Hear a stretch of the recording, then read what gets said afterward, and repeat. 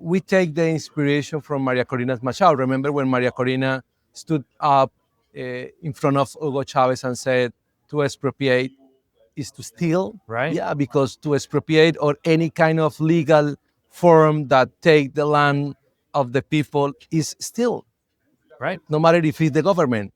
Worse if it's the government, because the government is organized to protect Right. that right. kind of right. Right.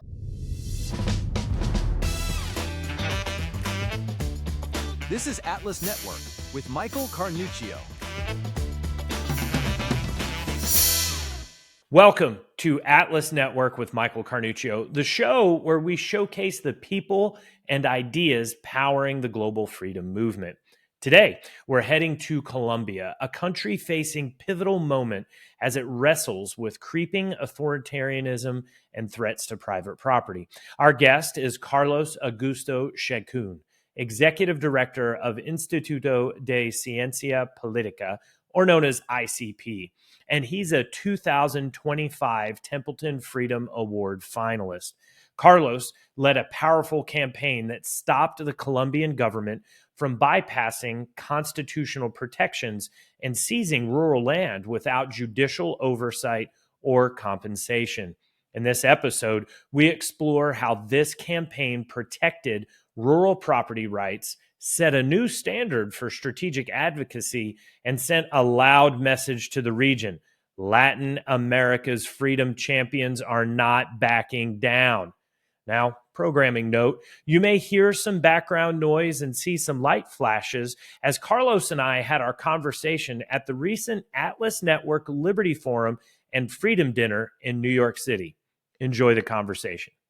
Well, Carlos, thank you so much for being with us on the program today. And I like to start off by just giving you the first word.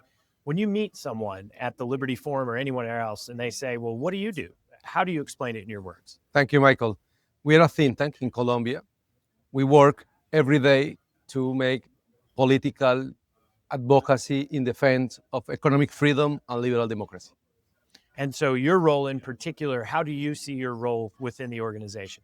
I'm the executive director. I like the manager of the team, the leader of the team. You're the leader of the team, and you're also the face publicly, the vocal face that answers for the organization. So let's talk about the team.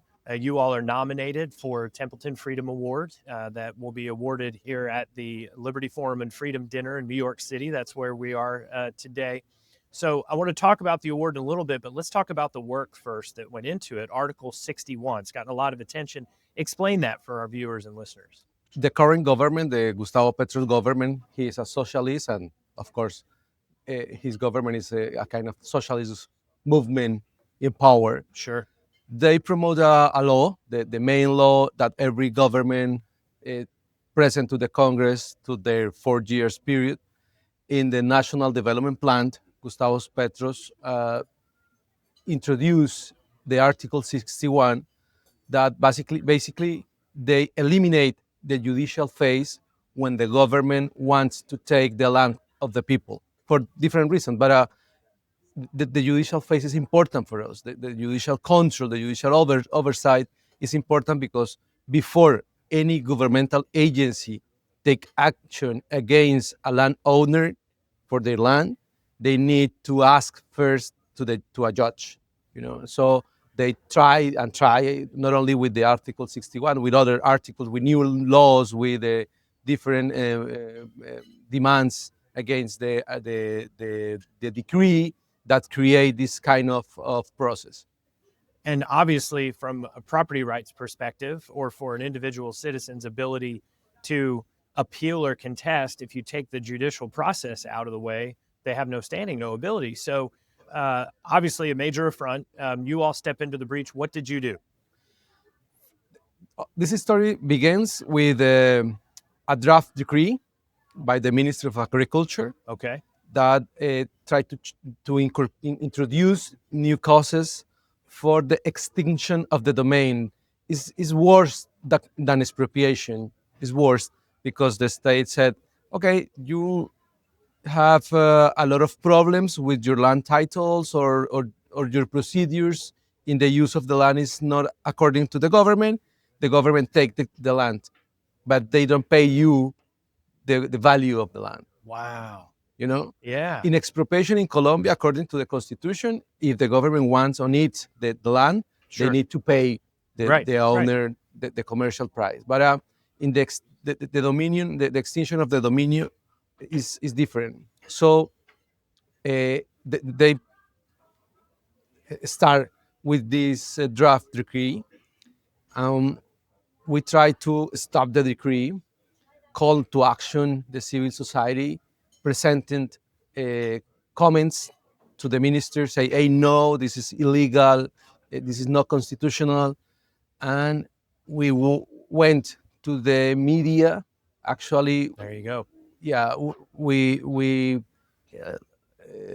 have been in at least 20 media outlets. Wow. We organized roundtables of experts. We present a policy papers Yeah. talking sure. about the risk of this situation. And then when we find out that the government will continue with the decree, we take action and go to the court and present a demand in the Constitutional Court. And in October 2024, the court say, yes, this article is unconstitutional.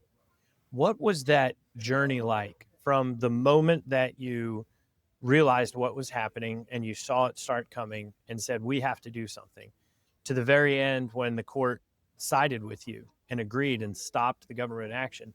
What was the journey like for you and the team? In the ICP, we organize every month and roundtables. Sure. We track the legislative agenda. Okay. Yeah. And in this government, in the Gustavo Petro's government, we start implementing a methodology that is Okay. ICP methodology. Okay. Actually, Atlas Network support Yeah. is called the indicator of economic freedom affinity. We measure the level of economic freedom affinity for the bills and for the congressmen. Fascinating. Yeah. So we take the National Sure. Development Plan, Yeah. review the National Development Plan, organize a round table, use our methodology, and we find many risks in the National Development Plan: risk for corruption, for property rights, for economic freedom, and for the rule of law, of course. And we start asking us what happened if the government start using this article. What would happen? So then, when we find that the government is trying to put this draft decree, in the dark, Yeah. Yeah. in the sure. middle of the night, we start acting. We say, we know very well this kind of governments. They start with this measure, and we know what is the end. Yeah. Attack the private property rights. Right. Right. Eliminated Right. the private property rights, and that's the reason we decide, okay, it's time to act. So many of our peers throughout the worldwide freedom movement will have those moments where they recognize they have to do something and they step into the breach, right? They step in to be the voice of the people, and they believe in the mission and cause so much, but they don't always have a positive outcome, and they have to kind of keep going through. I'm sure that you all have had these issues you've gone through. So to have such a positive outcome, and to walk away with the court siding with you, what did that do for the team? What was that like for morale and momentum and conviction behind your mission? When we present the comments to the draft decree, we published a statement in our social media. Sure. Raising the alert about this draft decree. Yeah. And when the media start calling, hey, ICP, what happened? Right. Tell us what is the risk. And when we saw that a lot of attention of the main media, and also 90 civil society organizations say yes, we moved Wow. to present also comments and start talking about the issue. Sure. We said we have the support of a lot of different stakeholders. We mixed the academic, legal, political, and communicational strategies. You built a coalition of all those people. Yeah, exactly. Wow. So yeah. That Yeah. had to be fun. And we started call lawyers, Sure. experts in agrarian matters, Sure. and they say you are right. It's possible to challenge this article in the court. Even though people said you were right, were there a lot of people saying, but you're going to have a hard time, or the government's too powerful, and they were afraid to risk the challenge? Did they encourage you not to, or did everybody say you've got to do this? Always with this kind of government, always is a risk. But we know that if we go we went to the court with a challenge to, with a suit in the court, and we know that if we have the support of many organizations, it will be difficult for the government Right. acting a part of the law, Sure. So they try to defend the article in the court. They actually the former minister of agriculture, she replied or ex communication. Yeah, sure. Or ex statement. Yeah. She replied, and in right now in other case similar, it's Sure. not about the tent of the land. Now it's for the use of the land.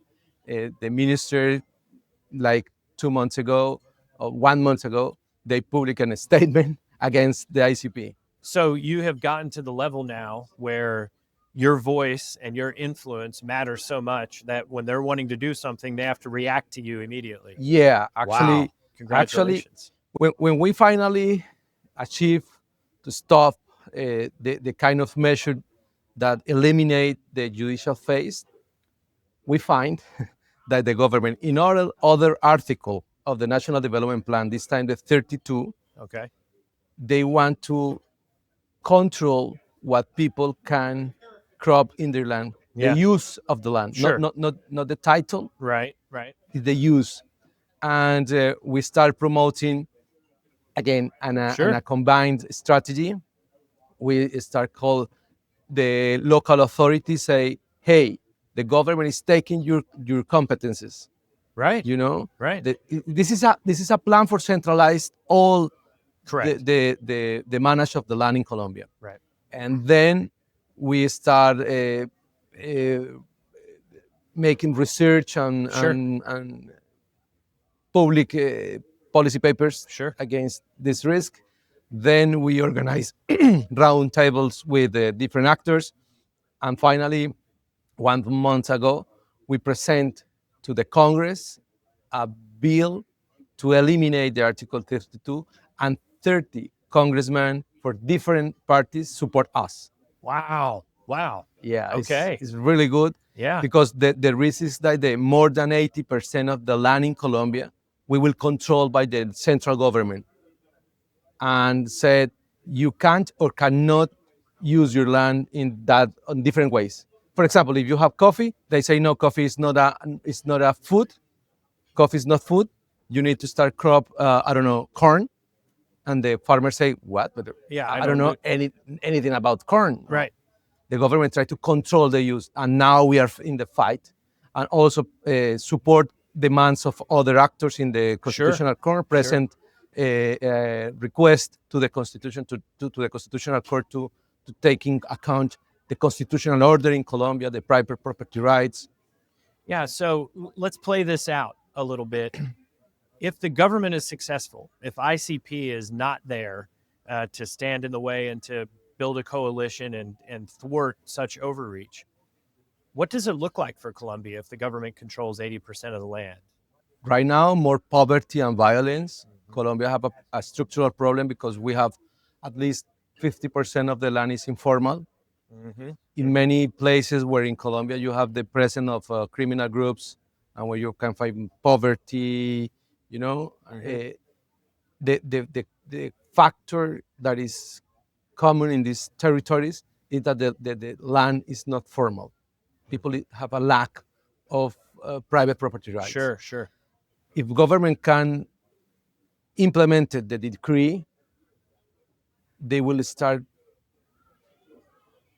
acting against the land owners, people, and raise the tensions in terms of the social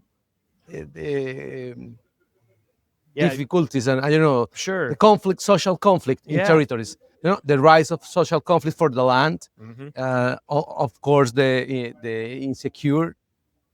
Because what kind of rule of law you have in a country where the judicial system can't stop the government, because the Right. government will, if the decree finally will signed by the president today, the government have the authority to take the land of any Colombian. Millions of Colombia live from the lands, millions of Right. Colombians, Right. and produce and have a business and Sure. have enterprise, exports coffee, fruits, flowers, and so on. But all this kind of measure put in risk the Colombian development and the peace, of course, because when the people don't have the private property right defined, a lot of criminal groups came and Mm. said to the farmers, okay, now you need to start crop with coca, Mm-hmm. with the guns. Mm-hmm. And people say, but this is my land. No, it's no matter. The government they don't have the information if this land is yours or no. If you don't want to start with the coca crop, we or kill you or you need to leave, because this land is ours. So when people have the tenure, Right. the When they private have the property property rights rights. defined by the state, it's more difficult for the criminal groups. Sure. Truly inspiring work that you all are doing. And folks, if you want to learn more about the work that Carlos and his colleagues at ICP are doing, I encourage you to go to atlasnetwork.org, where you can see these efforts and those throughout the worldwide freedom movement. And while you're there, join me as a member of the Atlas Club, where you can continue to support the work of Carlos and his peers throughout the worldwide freedom movement. Carlos, let's come back and talk more about the Templeton Freedom Award, being a finalist and being recognized for that. When you all won within the Latin American Forum, when you were part of that group, what was that like for that win? And what would it be like to win the award on a global stage? Well, in Brazil, we are very excited, Yeah. because we know that defend the private property rights is difficult in the countries when we have authoritarian governments. Yeah. And it's a victory, not for the ICP. Actually, it's like a message for many other organizations that face the authoritarianism, that try to tackle the private property rights. It's important for millions of people, Sure. but not only for that, for democracy also. Where you don't have private property rights, is not democracy. It's Right. not Right. economic freedom. And we take the inspiration from Maria Corina Machado. Remember when Maria Corina stood up in front of Hugo Chavez and said, to expropriate is to steal? Right. Yeah, because to expropriate, or any kind of legal form that take the land of the people, is steal. Right. No matter if it's the government. Worse if it's the government, because the government is organized to protect Right. that Right. kind of rights. Right. It's supposed to be that. So it was very inspiring to win the prime the prize in the award in Brazil. And right now we said, if we want if we will win the Templeton Freedom Award, it will be very important for us. It's a message also for Colombia. It's a political message that said the civil society is against the authoritarianism, against the governments that try to destroy the rule of law, the economic freedom. Sure. It's important for us because it's very inspiring, but also it's a support. It's a international support for the ICP, that when we stood up against the Gustavo Petro's authoritarian measure, we said, well, no. Right. We have a lot of friends around the world that is seeing you. Right. Watch. Yeah. Take care, man. Well, speaking of friends seeing you, you have a lot of friends and peers throughout the worldwide freedom movement that have been watching you and the team at ICP, and they've become inspired by your work, and they're now trying these same efforts, but whether it be organizing a coalition together to thwart government, or whether it be actually tackling property rights. So what advice do you have for them going through the experience of leading your team? What words of encouragement, or is there something you learned along the way that they could know and they could benefit from? They will need conviction, Sure. passion, and don't be afraid. But also, it's important to always build a coalition, build a network of other organizations that is defending the same causes that Yeah. they are in their countries, because for authoritarian governments, it's easy when they attack one single organization or Sure. one single person. Right. But it's difficult when they try to attack the media, the private sectors, the other NGOs, Right. and so on. When in a Right. network, in a team, it's difficult for the governments. Yeah, there's the old proverb says, if you want to go fast, go alone, but if you want to go far, go Yeah, together. absolutely. Right. So build Absolutely. a group together. Together is more important than alone. Yeah. Talk to me about the team, right? About the organization. What is it like? How do you all operate and work together? What are some of the things that excite you about working with your team? Yeah, we have a board, Yeah. with 20 members. They are mainly businessmen or the head of different guilds. The team is organized with professionals, Sure. mainly women. Yeah. I have a lot of directors that are women. We organize in the communication area, Yeah. projects area, Sure. legislative and public affairs Sure. area. Sure. Yeah. We hire a person that established the relationship with Congress Smart. and with the courts, Sure. to take action in those institutions. Also, we have a research director. Yeah. We have an academy. We make a lot of training in economic Really? freedom ideas. Yeah. Great. We right now reach more than 30,000 people in Colombia and Wow. 200 30,000. municipalities. Yeah. Okay. And we had an academy director, and all the rest of the staff is the administrative staff. But Sure. we prioritize the more strategic areas that allow us to make political advocacy in an effective way. What would something be if one of your peers was trying to build up and recruit talent into the organization to hire, like you've just identified? What did you go through to attract people to your mission? What is one way that you saw you're able to get good talent for your team? Right now, it's more easy than before, but right now, the ICP is like a very important organization in Colombia. Sure. A lot of people ask for job, Aha. Okay. came to our events, asked for a project. That Yeah. if the way we work, it's important for the people. They are interested in the work of the ICP. But part of the recruitment process, I used to ask the people about their convictions. Sure. Not in terms of political parties' conviction. Right. No, Right. political view of the world. Right. You believe in economic freedom. Yeah. You believe in the individual.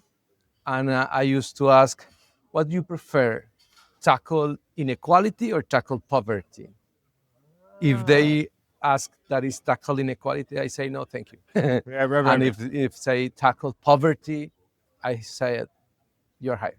That's good. That's good advice for interview questions or to talk with potential colleagues about. Let's talk about being colleagues with the Atlas Network. You and I obviously met through another Atlas Network event quite a few years ago, and then we spent time in Brazil together as well. So I know you've been involved with Atlas Network for quite some time. What is that partnership like?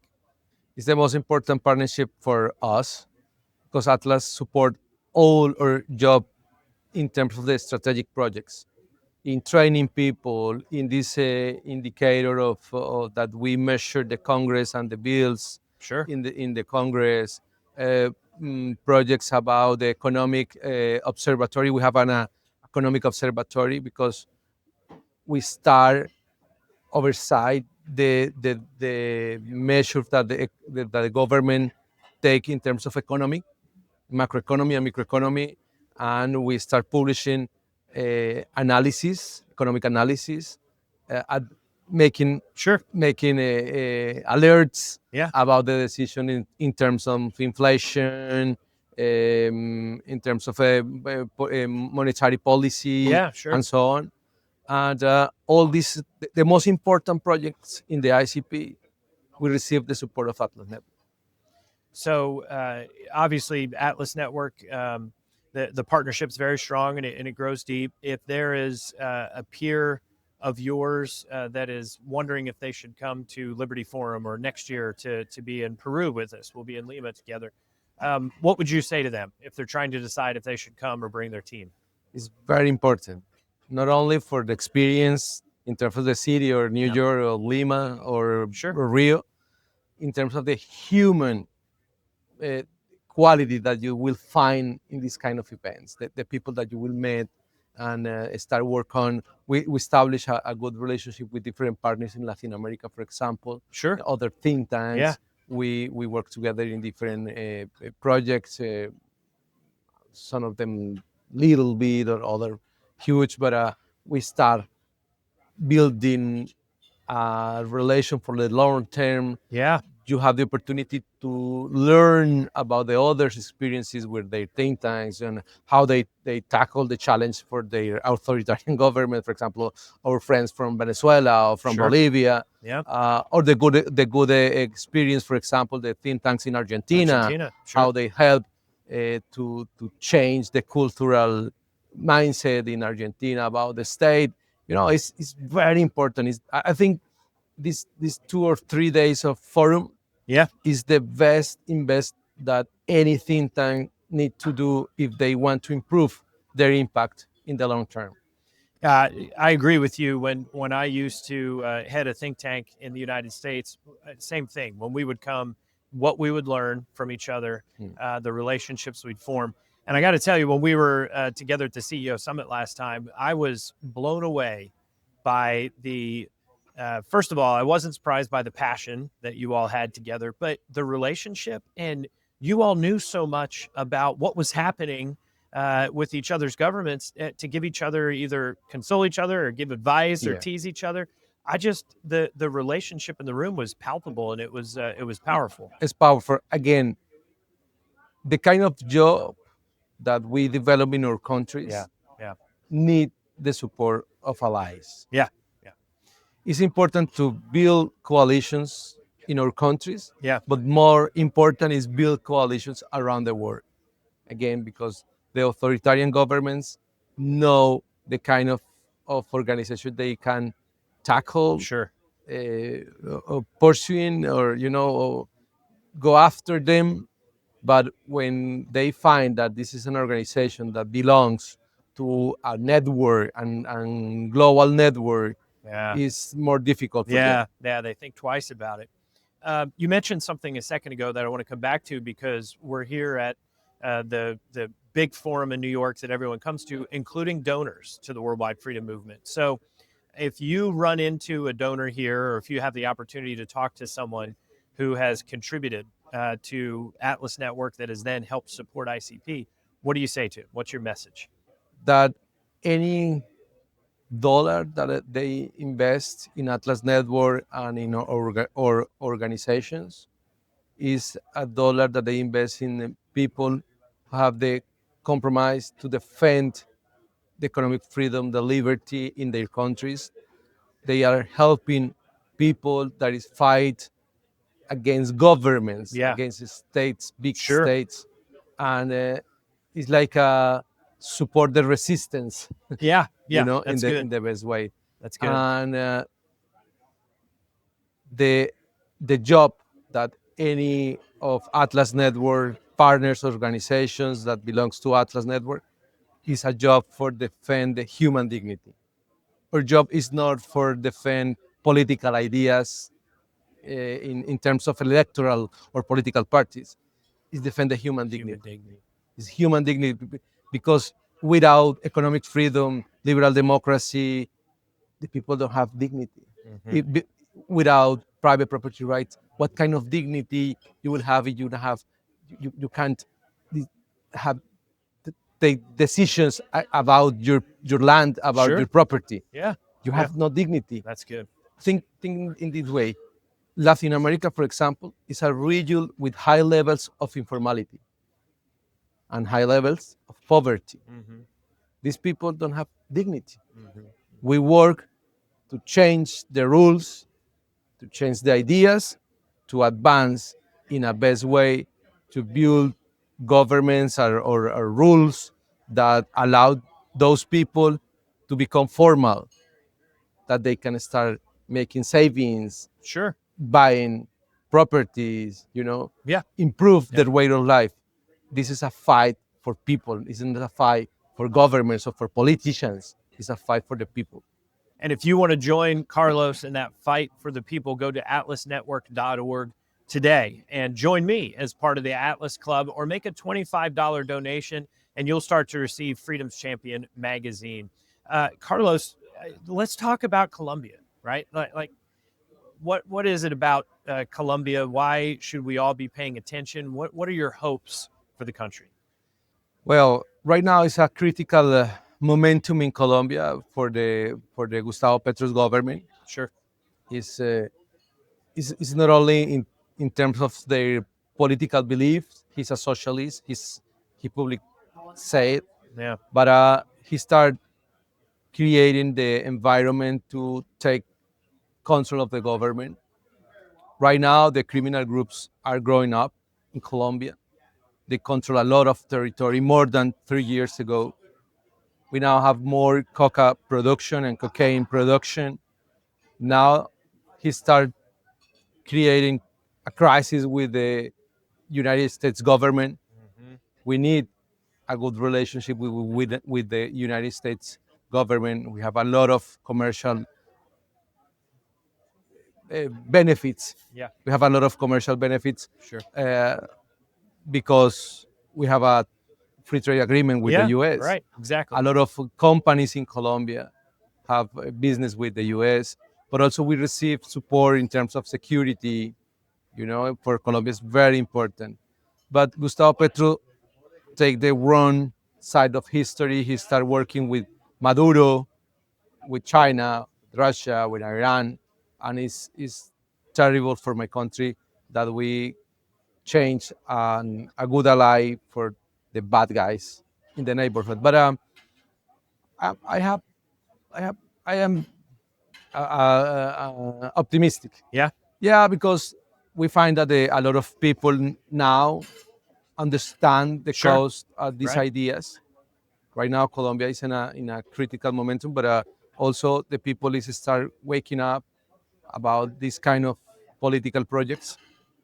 We have the phase next year with the elections. Yeah. Be a big year. Yeah, will be a big year, and we are advancing, promoting the economic freedom ideas. For example, in the ICP, we prepare the plan that the next government will need to start. You have a playbook for them. Yeah, If they show playbook. up. Okay. Yeah. We develop a playbook for the next government.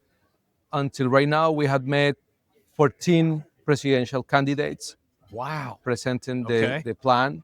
Many of them, the majority of them, said yes, this is the kind of transformations that Colombia needs, and we know that is a good momentum. For example, in right now, the debate in Colombia is about to reduce the state, reduce Sure. the expenditure. Yeah. Yeah. 3 years ago, that was not part of the conversation in the political debate. Right. But now it is a central part of the Yeah. conversation. So let's pretend that we're not in New York City and we're not having this conversation here, but we're in Bogota or we're somewhere else, right? What are we going to eat afterwards? I'm a foodie, so I love to go eat. What meal would we have that would be just Colombian? It depends the region, but for example, from Antioquia, from Yeah. Medellin, the bandeja paisa. Okay. Yeah, it's very exciting. I'm from Bogota, the ajiaco. Okay. And The what is that? Medellin bandeja paisa is like beans, Yeah. rice, Okay. meat, Yeah. sausages, Okay. egg. Yeah. Egg. Okay. All right. It's too heavy. Yeah. I was going to say we But need a nap after yeah, that, but please. in Bogota is the ajiaco. It's Ajiaco. a soup Oh. with it's potato, Uh-huh. many potatoes, Okay. and with chicken breast, Okay. and it's a good soup. Okay, Carlos. So let's say that we're not at the office, but it's the evening or weekend. What are your hobbies? What is Carlos usually doing for fun? I really enjoy the time with my kids, Sure. but I am a gamer. I play Call of Duty. You play Call of Duty Yeah, my quite a bit. PlayStation. Yeah. So it keeps you the wits, and it's kind of a nice break, but also you're connecting with people all over the world while Exactly. you play. And with my friends. Yeah. Okay, let's say that we're going to go do something in Colombia, right? Around your house or in Bogota or something. What do I need to do to get the Colombian No, experience? go to the beach. Go to the beach. Yeah, go to Okay. the beach. Yeah. Bogota, no, it's interesting city. Yeah. But I highly recommend it. Go to the beach for Cartagena, Yeah. or Santa Marta, or Barranquilla, or we have a lot of good places to go to the beach. So we're going to ask you one last question, and it's the question all of my guests on the podcast I always find fascinating in kind of getting to why you are specifically doing what you do. Right? You are extremely talented. You could be successful in any industry, but you've dedicated yourself to the team at ICP and making Colombia better. So, what drives Carlos? What gives you hope? I think my history of life, Yeah. because I grew up in a poor neighborhood. My mother was a single mother. She needed to take two works to live, Yeah. and help me to rise from the poverty and study in the university. And I believe that when the people have the opportunity to develop their talents, Yes. is the best way that they have the opportunity to create value, create reach, and of course create opportunities for everyone.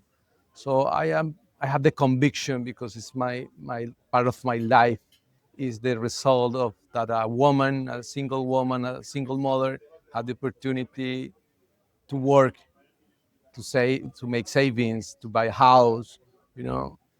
But when I saw that the government tried to control these opportunities with these populist speeches about the inequality or Sure. the redistribution of wealth, I said that's not the way. Right. And the other reason is because I used to work a lot with congressmen, like for 18 years, Okay. and I find out why we are in a crisis, a political crisis around the world, because they work for their interest, not for the common good, And I understand that they love the state, not for the people, for them, for their privilege. And I say no more. So it's my history of life, but also my experience, my work. And I say, I don't, it's not like a superhero. I don't believe that, but I said, I don't, I don't want to live in a world where people lies every day against the more poorest, against others. Yeah. I want to put in the first line of defense and say no more. I have an opposition personality, Yeah. Yeah. when That's people good. challenge Sure. me, I say okay, I take the challenge. So I take the challenge to defend the economic freedom and liberal democracy in Colombia, and that's my job, it's my conviction, and I made it with passion and love. Well, your work is inspiring. You're inspiring for all of us in Atlas Network and the Worldwide Freedom Movement that are paying attention to Colombia, and we can see what's happening. Thank you for the hard work, and thank you for what you're doing. And folks, thank you for joining us today on Atlas Network with Michael Carnuccio for this conversation. We'll be bringing you more from the annual Liberty Forum and Freedom Dinner in New York City.